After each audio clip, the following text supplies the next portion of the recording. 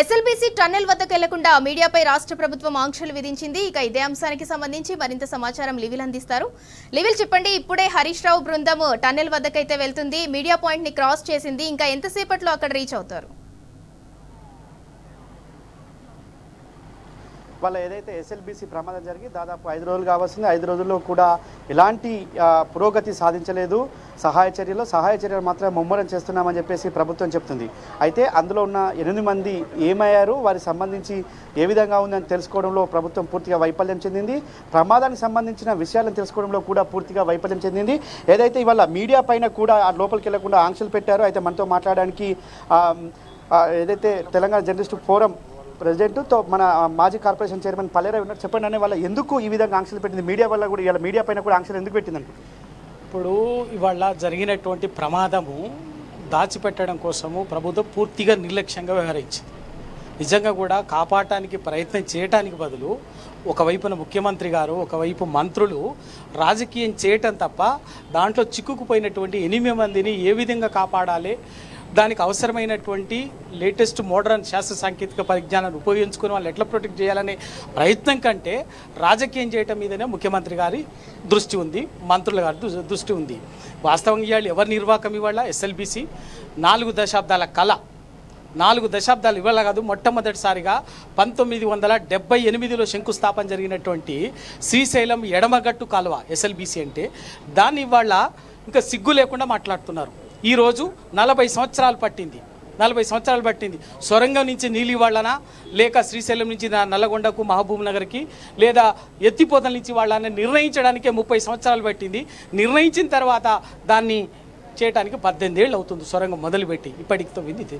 ఇవాళ ఏంటంటే జరిగినటువంటిది నిర్లక్ష్యం, బాధ్యతారాహిత్యాన్ని సమాజానికి తెలవకుండా దాచిపెట్టడం కోసమే ఇవాళ చేస్తున్నటువంటిది. ఇవాళ బీఆర్ఎస్ పార్టీగా, తెలంగాణ ఉద్యమం నుంచి వచ్చినటువంటి పార్టీగా ఈ నీళ్ల కోసం, తెలంగాణ సస్యశ్యామలం కావాలి, సాగునీళ్ళు తాగునీళ్ళ కోసం తనలాడినటువంటి పార్టీ టీఆర్ఎస్ పార్టీ, కేసీఆర్ గారు. ఇవాళ అందుకే ఆయన వచ్చిన వెంటనే ఇవాళ ఆ రోజే చెప్పాడు, ఎస్ఎల్బీసీ ఇవాళ సొరంగం అనేది ఏ విధంగా ఈ సొరంగం ఎస్ఎల్బీసీ సొరంగము అన్సైంటిఫిక్గా మొదలుపెట్టిది, ఎంత అశాస్త్రీయంగా దీన్ని ఇవాళ ఇంత టెక్నాలజీ అందుబాటులో ఉన్న రోజుల్లో ఒక అవుట్డేటెడ్గా టెక్నాలజీ తోటి మొదలుపెట్టి దాన్ని ఇవాళ పూర్తి చేయకుండా కుట్రపూరితంగానే దాన్ని అది ఇప్పటికి పూర్తి కాకుండా చేసేటటువంటి నిర్వాహకమైన దుస్థితిలోకి నెట్టిండు. వాళ్ళ ఇదంతా చేసినటువంటి ఈ 50-60 ఏళ్ళుగా తెలంగాణకు చేసినటువంటి మోసం ఒకవైపు, ఎస్ఎల్బీసీ పేరు మీద 40 ఏళ్లుగా ఈ తెలంగాణని ఎండబెట్టింది, తెలంగాణకి ఎస్ఎల్బీసీ పేరు మీద నీళ్లు ఇవ్వకుండా చేసినటువంటి కాంగ్రెస్ పార్టీ మోసాన్ని ప్రజలకు అర్థమవుతుంది. ఈ సందర్భంలో దాచిపెట్టడం కోసం అక్కడ చేయాల్సినటువంటి సహాయక చేయకుండా వెంటనే ముఖ్యమంత్రి గారు ఢిల్లీకి పోయి ఇదే మాట్లాడతారు. కరీంనగర్లో ఎన్నికల ప్రచారానికి పోయి ఇదే మాట్లాడతాడు. బీరస్మిత కనీసం బాధ్యత అయినా నల్లమల్ల నుంచి నడిచొచ్చిన బిడ్డట. మరి నల్లమల్ల పులి ఎక్కడ పోయింది వాళ్ళ నల్లమల్లల ఇవాళ 8 మంది కార్మికులు చిక్కుకుపోయి ఇవాళ ఇప్పటి వరకు ఏమి దానికి సంబంధించిన స్పష్టత లేదు. మరి నల్లమల్ల పులి వచ్చి ఆడ నిలబడాలని కాపాడాలి కదా. మరి ఎక్కడ తిరుగుతుంది? కరీంనగర్లో తిరుగుతున్నది, ఢిల్లీలో చక్కర్లు కొడుతున్నది, ఇంకా ఎక్కడెక్కడో తిరుగుతుంది నల్లమల్ల పులి. ఎందుకండి ఇవాళ ఎంతకాలం మోసం చేస్తారు ప్రజల్ని? ఇవాళ ఇప్పటికైనా మీరు చేసినటువంటి మోసం ప్రజలకు అర్థమైంది. దయచేసి ఇటువంటి దగ్గర కూడా రాజకీయం చేసే పని ఇవాళ కాంగ్రెస్ పార్టీ చెయ్యొద్దు. విజ్ఞతతోటి, బాధ్యతతోటి మీరు ఇవాళ బాధితుల్ని, ఆ బాధిత కార్మిక కుటుంబాలని ఆదుకోవాలి. దానికి సంపూర్ణంగా టీఆర్ఎస్ పార్టీ సంపూర్ణంగా విజ్ఞతతోటి సహకరించడానికి ఇవాళ సిద్ధంగా ఉన్నాం. ఆ విషయాన్ని కేటీఆర్, మా పార్టీ వర్కింగ్ ప్రెసిడెంట్ కేటీఆర్ గారు చెప్పారు. ఇవాళ పార్టీ ముఖ్య నాయకుడు హరీష్ రావు గారి నేతృత్వంలో బీఆర్ఎస్ పార్టీ కూడా ఇక్కడికి వచ్చినటువంటి కూడా మేము అందుకే ఆ విషయాన్ని బాధితులకు భరోసా ఇవ్వటం కోసము, బాధితుల పక్షాన మేము ఉన్నామని చెప్పేసి ఒక నైతిక స్థైర్యాన్ని ఇవ్వటం కోసము, ఆ ధైర్యం చెప్పడం కోసం ఇవాళ టీఆర్ఎస్ పార్టీ అంతా కూడా వచ్చింది. ఇక్కడ మమ్మల్ని ఆపినా కూడా మేమే ఒక క్రమశిక్షణతోటి పార్టీ నాయకులు ఇక్కడికి వచ్చినటువంటి వాళ్ళే మామూలు వాళ్ళేం కాదు.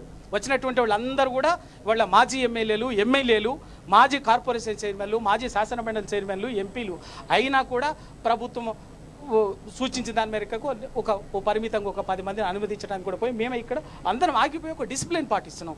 మీరు ఆ నియతితోటి వాళ్ళ ఎస్ఎల్బీసీని తక్షణమే పునరుద్ధరించాలి. సహాయ పునరావాస చర్యలు కూడా నిజాయితీగా చేయాలి. బాధిత కుటుంబాల్ని ఆదుకోవాలి. లేకపోతే అటు బాధితుల పక్షాన బీఆర్ఎస్ పార్టీ ప్రభుత్వం మెడలు వంచుతుంది.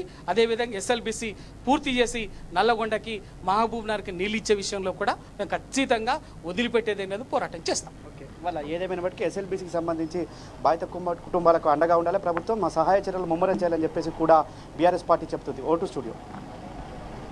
Right, thank you లివిల్.